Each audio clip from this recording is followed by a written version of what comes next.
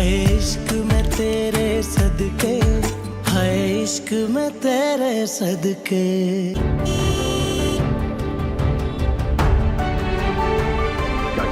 कैसे किसी ऐसी लड़की को अपनी बीवी की हैसियत दे सकते हो जो अपने पहले शौहर से प्रेग्नेंट है? सोसाइटी को क्या जवाब दोगे? क्या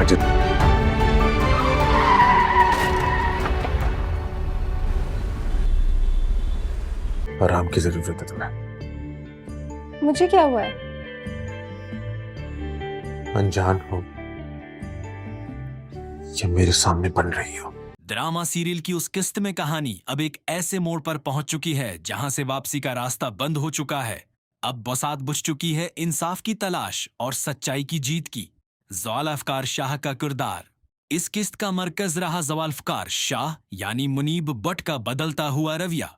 वो ज़वाल्फ़िकार जो अब तक सिर्फ गुस्से और अना की अलामत था, अब अपने ही खानदान के तारिक राजों से पर्दा उठाने निकल पड़ा है।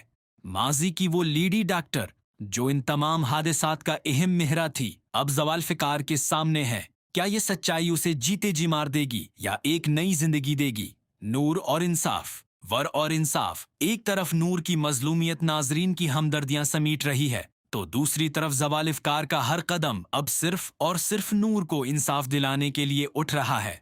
ये तब्दीली महज एक पुछतावा नहीं, बल्कि एक जालिम इंसान के अंदर छिपे इंसान की बीदारी है। सनसनीखेज मो, लेकिन कहानी का असल सनसनी अभी बाकी है।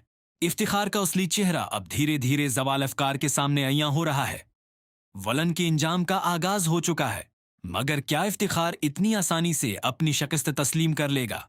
जज्बाती टकराव, दो जड़वां बहनों का टकराव अब एक जज्बाती जंग की सूरत अख्तियार कर चुका है। हूर अपनी जिंदगी की पेचीदगियों में घरी है, जबकि नूर की खामोशी अब एक तूफान का पेश खेमा लगती है। उख्तिताम, मुनीब बट की बेहतरीन अदाकारी और जज्बाती मनाजिर ने उस कुस्त को 4 चांद लगा दिए हैं। मदाहों को अब इंतजार है उस घड़ी का जब दोनों बहनें आमने सामने होंगी और तमाम गलत फहमियां मुट्ठी में मिल जाएंगी।